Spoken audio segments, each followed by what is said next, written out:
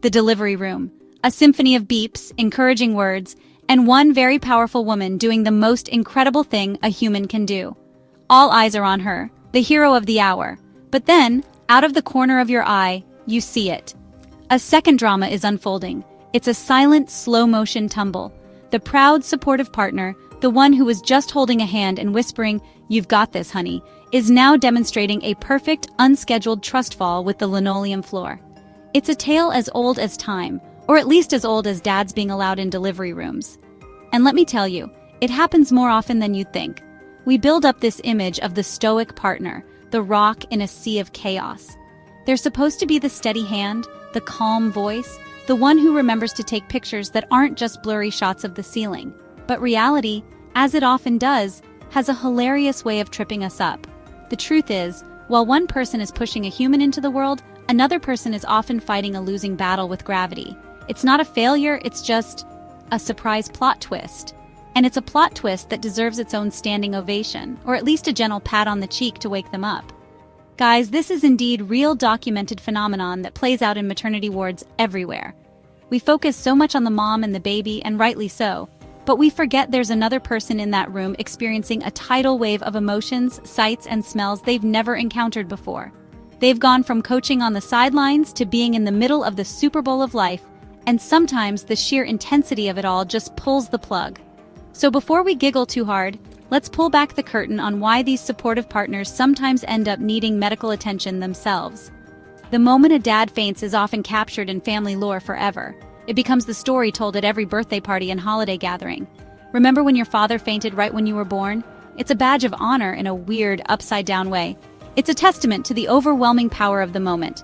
It says, "I was so invested, so emotionally overwhelmed by the miracle of your birth, that my entire circulatory system decided to take a brief nap." So let's dive into this surprising truth, because understanding it is the first step to celebrating these dads, not shaming them. They showed up, they were present, and they fainted with feeling.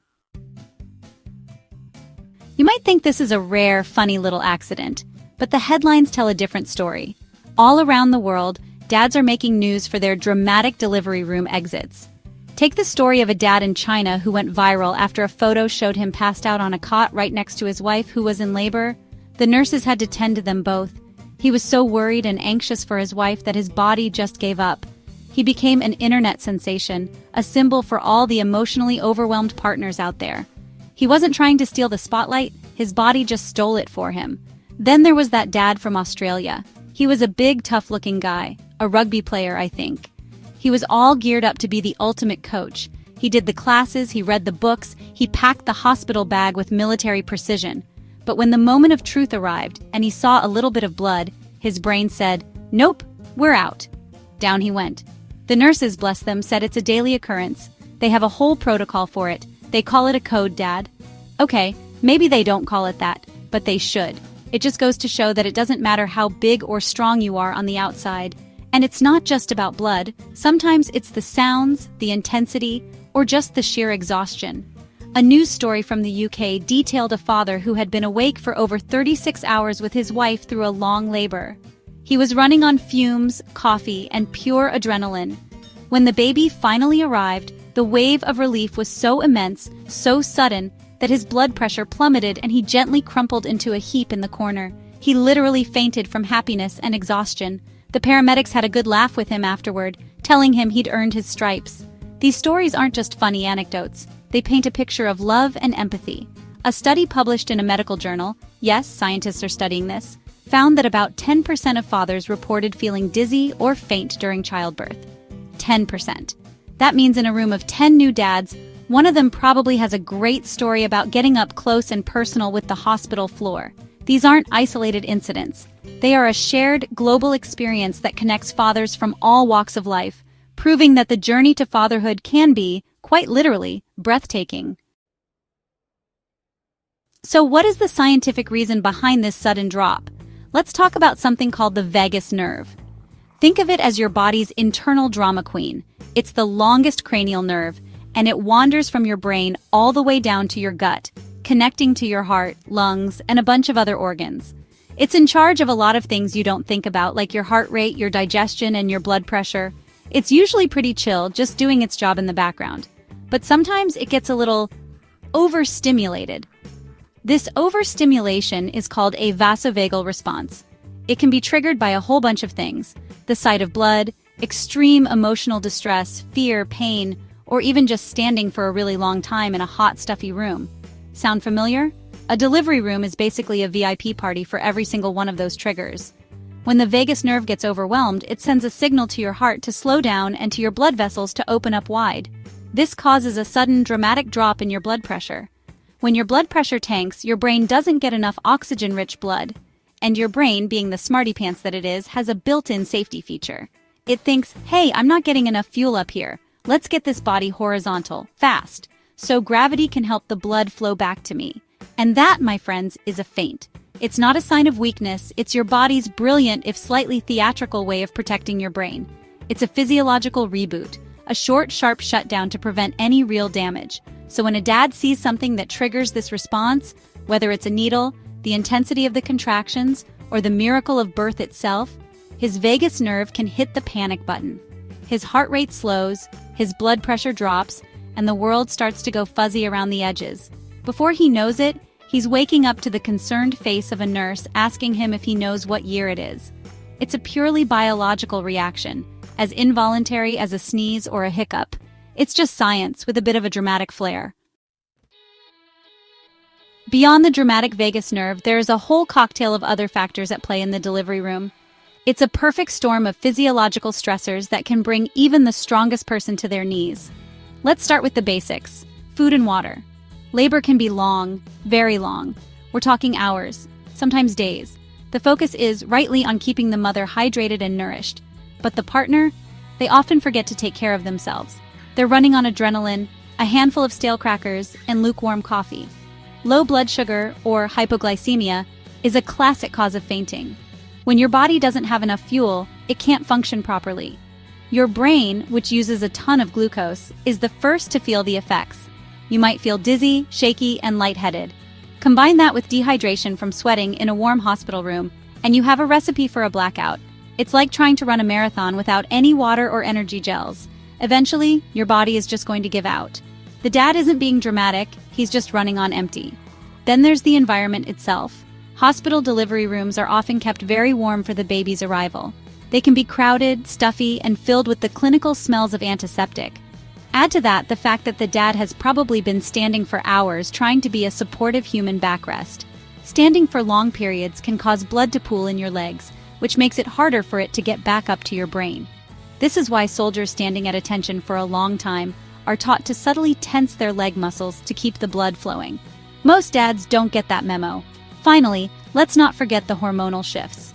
While we talk a lot about the mother's hormonal roller coaster, partners experience their own changes. Studies have shown that expectant fathers' testosterone levels can dip while levels of cortisol, the stress hormone, skyrocket. This hormonal flux, combined with sleep deprivation, physical exhaustion, and the sensory overload of the delivery room, creates a potent cocktail of chaos. It's a physiological assault on the system. Fainting isn't just a possibility at that point, it's a completely understandable outcome. Now, let's move beyond biology and talk about what's going on in the dad's head and heart. Fainting isn't just a physical reaction, it's actually deeply tied to our psychology. One of the biggest factors here is empathy. When you love someone, seeing them in pain can be honestly incredibly distressing. For many partners, watching the person they love go through the intense, painful process of labor is, well, one of the most emotionally challenging experiences of their lives. They feel helpless. They want to take the pain away, but they can't. This feeling of helplessness can trigger a really profound psychological response. The brain is witnessing a traumatic event, even though it's a positive one, and can react as if the dad himself is in danger. This is a form of empathetic or sympathetic response. Some studies even suggest a phenomenon known as Kuvad syndrome, where partners experience pregnancy-like symptoms, from nausea to weight gain. While fainting isn't officially part of that syndrome, it definitely falls into the same category of a deep psychosomatic connection to the partner's experience. It's really the ultimate expression of "I'm with you." Furthermore, there's the weight of expectation. Society, movies, and family stories have created this image of the perfect, calm, and collected birth partner. Dads feel immense pressure to be the rock, to say the right things, to not freak out. This pressure to perform, to suppress their own fear and anxiety, can be just exhausting. When you bottle up that much intense emotion, it really has to go somewhere. For some, it goes out in a sudden, involuntary shutdown of the system. The fainting spell is the body's way of releasing an unbearable amount of psychological tension. So, let's reframe this. A dad fainting isn't a sign that he's weak or can't handle it. In many ways, it's a sign of how deeply he is connected to his partner and the experience. It's a sign of profound empathy.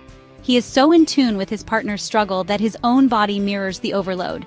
It's not a failure to be strong, it's actually an overwhelming display of love and connection. It's his wiring, not his weakness, that's at play. And that's something to be understood, not judged.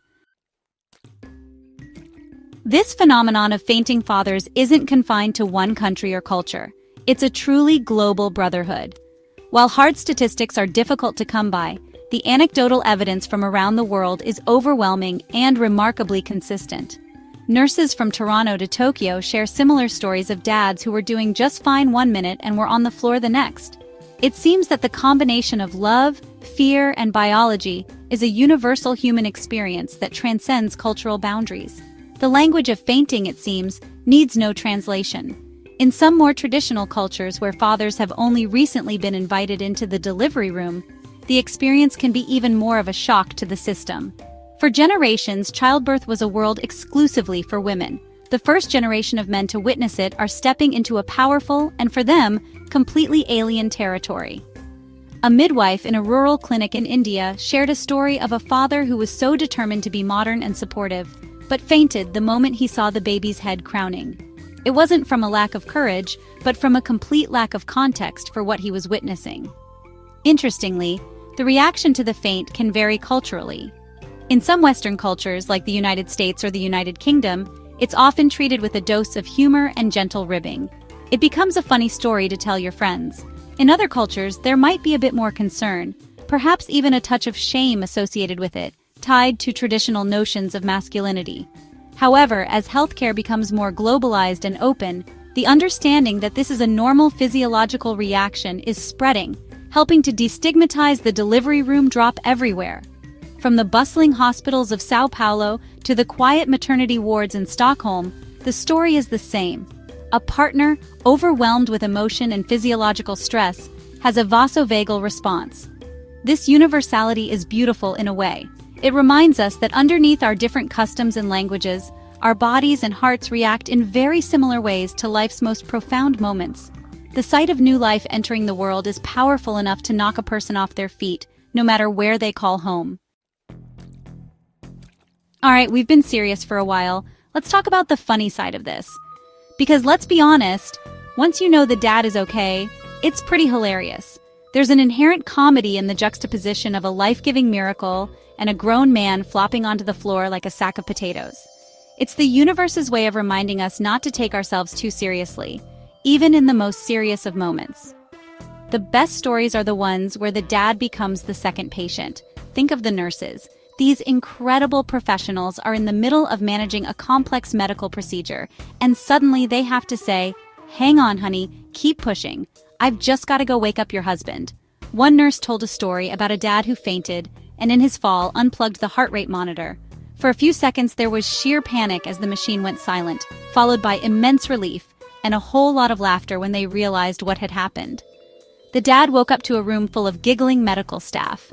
And what about the mom's perspective?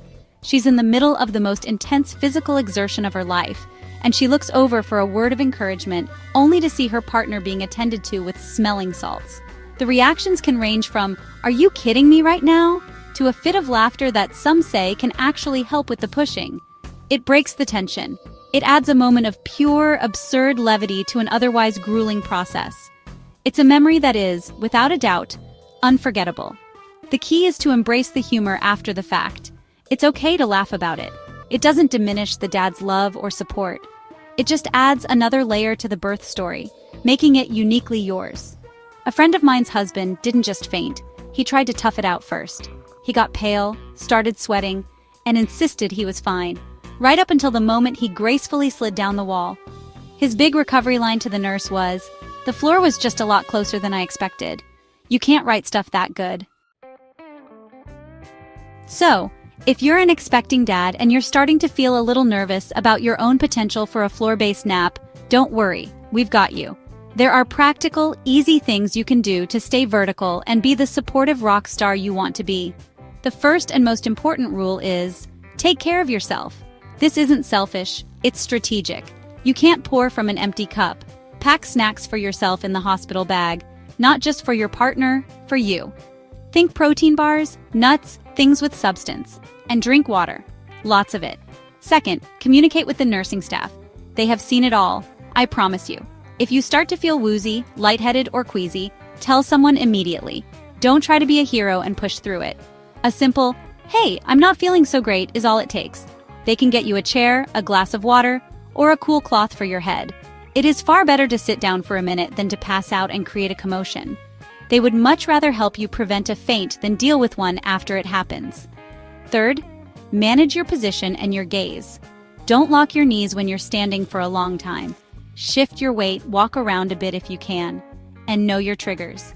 If you know you get queasy at the sight of blood or needles, you don't have to look. Your support is about your presence, your voice, and your touch. You can stand by your partner's head, hold her hand, talk to her, and be completely present without watching every single clinical detail. Position yourself where you can be most effective, not where you have the most direct view of the splash zone. Finally, practice some simple relaxation techniques beforehand. Deep breathing isn't just for the mom. When you feel the anxiety rising, take a few slow, deep breaths. Inhale through your nose, exhale through your mouth. This simple action can help calm your nervous system and fight off that vasovagal response. Remember, your role is support. Being prepared, taking care of your own basic needs, and communicating openly will ensure you can be the best possible support person, conscious and upright, for the entire incredible event. In the end, whether a dad stays standing or has a momentary meeting with the floor is just a tiny footnote in a much bigger, more beautiful story. The narrative isn't about whether he fainted, it's about the fact that he was there. He showed up. He was present for one of life's most profound, chaotic, and miraculous moments. He was there to welcome his child into the world and to support the incredible woman who brought that child forth. That is what matters. That is the memory that endures long after the dizziness has faded. Fainting in the delivery room is not a mark of shame. It should be seen as a badge of empathy, a physical manifestation of being so overwhelmed with love, fear, and awe that the body momentarily checks out. It's a story that bonds a family, a moment of vulnerability that reveals a deep and powerful connection. It's a reminder that fathers are not just passive observers, they are active, emotional participants in the journey of childbirth, and their bodies and minds are just as invested in the outcome. So let's change the conversation. Let's move from snickering at sitcom tropes to understanding the science and psychology behind this very human reaction. Let's create a culture where a dad can admit he's feeling faint without feeling like a failure, where hospitals and families prepare both parents for the intensity of the day. By sharing these stories and understanding the reasons, we can support our dads, celebrate their vulnerability, and acknowledge the immense emotional and physical toll that childbirth takes on everyone in the room. We encourage you to share this information and your own stories. Did your partner faint? Did you? Let's normalize this conversation and celebrate the dads who were so moved by the miracle of birth that it literally knocked them off their feet. They are not weak, they are human, they are not failures, they are fathers. And their journey from the floor to fatherhood is a story worth telling. For more videos like this from Health Explorer channel, kindly like, subscribe, comment, and share this video. See you on the next one.